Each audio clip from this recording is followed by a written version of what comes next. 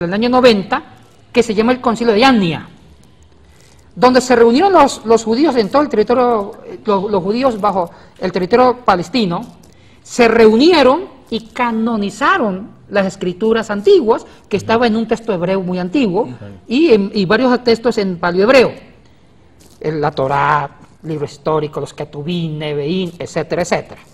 Tanakh. La Tanakh, exacto. Toda la Biblia del Antiguo Testamento. Sí, señor.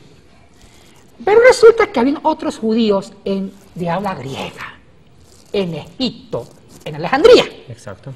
Entonces los judíos de habla griega dijeron, cuidado un momentito, o sea que los únicos judíos son de habla aramea, de trasfondo hebreo, que están en toda esta región. Y nosotros que estamos en la diáspora no tenemos ningún poder. Estos judíos no sabían arameo ni hebreo, sabían solamente ya griego, los judíos alejandrinos. 100 años después, dijeron los rabinos de habla griega en Alejandría, ahora nos toca a nosotros formar nuestro propio canon. Y el canon que vamos a formar van a ser los libros escritos por judíos de influencia griega. Se reúnen, pero hicieron algo bueno, que hay que también reconocer. Aceptaron el primer canon de los judíos hebreos. En el Concilio de Yania. Sí, no se anuló, pues. Sí, no lo aceptaron. Pero sumemos otros libros. Sumemos los libros que fueron escritos en griego. Los apócrifos. Exactamente, los apócrifos, que fueron escritos bajo el gobierno de los reyes griegos seleucidas. Claro, con los Seleucidas. Ptolomeos y Seleucidas. Ptolomeo y Seleucidas. Que ya sabían griego. Entonces, entra Tobías, Macabeos, Judith, Esther, etcétera. Daniel 2. Daniel, la otra parte de Daniel. Baruch. Eclesiástico, entran todos estos libros. Y estos libros tienen un trasfondo netamente griego, que es una mezcla del judaísmo desde la perspectiva griega. O sea, ya se perdió el propio judaísmo puro. Es que eso es lo que pasó, y aquí va una explicación. Aquí hay que tomar algo en cuenta, y si me permites dar este aporte. No, claro. Nosotros los judíos respetamos el libro de los Macabeos, por amor a Dios. Historia. Para nosotros no solo es historia, es un milagro. Excelente el libro. Si nosotros no sobrevivíamos en la época del Hanukkah, no hubiera habido cristianismo. Partamos de ahí. ¿Por qué? Y lo digo muy bien. Los griegos estaban decididos a exterminarnos. Y Dios levantó a Judas Macabeo y provocó una rebelión impresionante. Arrasa porque los griegos dijeron, dejen de circuncidarse, y lo consiguieron. Muchos judíos dejaron de hacer el brit milá o circuncisión. Obligaron a que no guarden el sábado. Querían meternos la filosofía y la mitología griega y hacernos olvidar de la Torá. Entonces el choque ni siquiera fue un choque netamente político, fue un choque entre la verdad contra la filosofía. Un choque entre la Biblia y la filosofía, y los judíos nos impusimos. Y eso es una parte de nuestra historia clave. Fíjate vos que el profeta Daniel, cuando habla en la estatua de Nabucodonosor, habla del vientre de bronce. El vientre de bronce sabemos por escatología básica que representa el imperio griego. Daniel profetizó entonces que los griegos someterían a Israel, y eso ocurrió en esa época. Antíoco Epífanes y compañía cumplieron las profecías de Daniel. Que un judío no lea Macabeos no va a entender lo que es el Hanukkah. Y regresando nuevamente, la diferenciación. Sabemos que hay la diferencia entre libros, pero ¿qué tal en el texto? Ahora, entonces, ¿qué pasa con los judíos de habla griega? Se reúnen 100 años después y canonizan libros, como usted explicó, que también hablan de la historia judía. Los Macabeos preciosos, es un milagro de Dios, claro que sí. Y también el libro de Tobías, que tiene su encanto también, un milagro de Tobías, con el tema de la ceguera. Claro. Entonces se canoniza y ellos lo suman al canon que habían hecho los judíos en toda la región de Palestina, en toda esa franja. Se suman esos libros. Entonces hay dos listados, el listado de Yania y el listado alejandrino 100 años después. ¿De qué pasa con la Iglesia Católica? Aquí vamos la diferencia entre la Biblia protestante evangélica y la Biblia católica. Entonces, la Biblia católica, ¿qué hizo los católicos? Aceptaron los dos cánones. Aceptaron el canon judío, porque sí, la Biblia católica sí aceptan el canon judío del Antiguo Testamento del Concilio de Yania. Decir lo contrario, tampoco no seríamos correctos con ello, en la verdad, en honor a la verdad. Pero también aceptan el canon de los judíos alejandrinos. Dos cánones. ¿Qué pasa con los protestantes? En los evangélicos hay opinión diversa.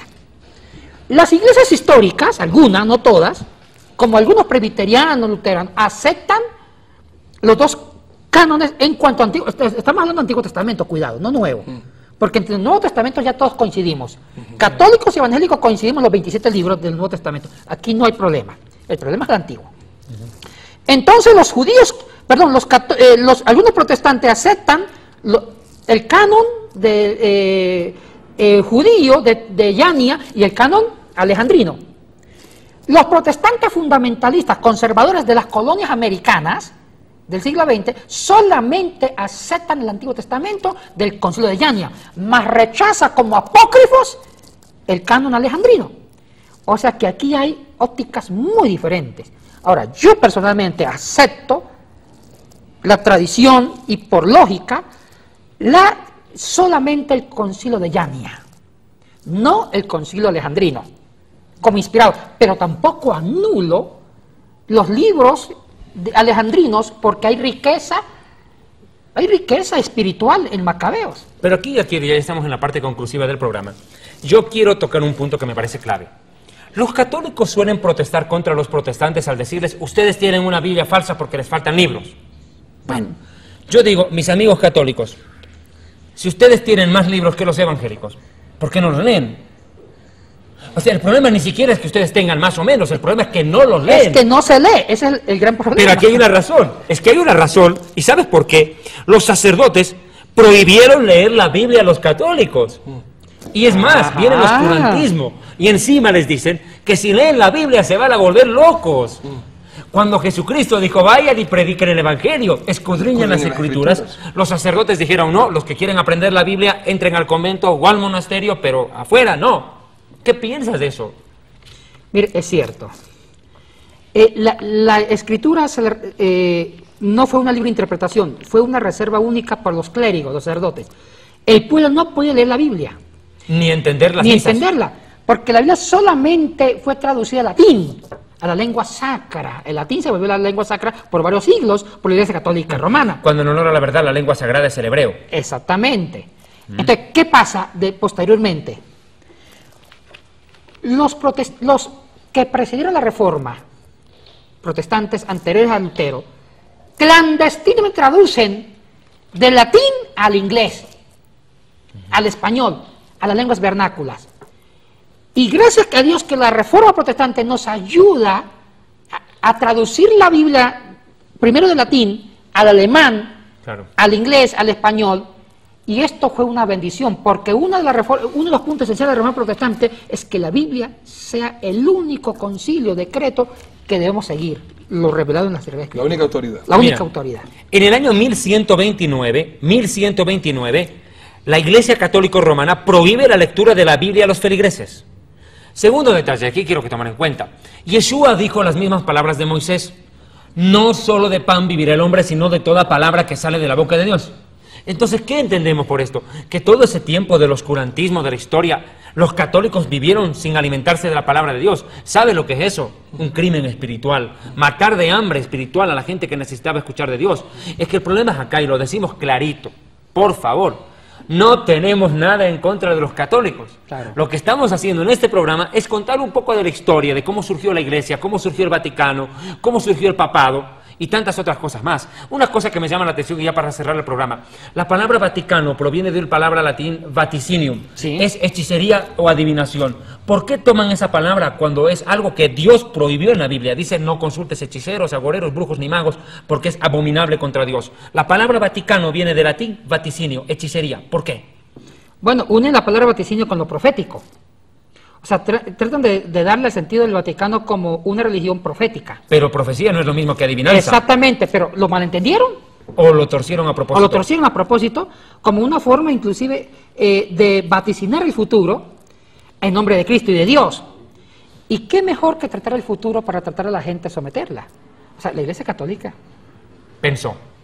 Amigos televidentes. Y sobre todo, mire, para mí el maestro del catolicismo antiguo se llama Gregorio el Grande. Por ejemplo, le dicen Manum el Grande. ¿Y dónde estará ahorita? Bueno, eso sí le compete a ellos responder esa pregunta. Bueno, Arturo Yatensi, para mí ha sido un honor compartir con ustedes. Gracias a usted. Este David. programa, Yatensi, continuará.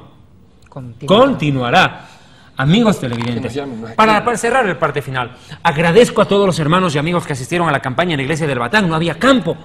Esperemos en una próxima oportunidad hacer una campaña que permita aglutinar mayor cantidad de hermanos para la gloria de Cristo. Si usted es católico y nos ha visto en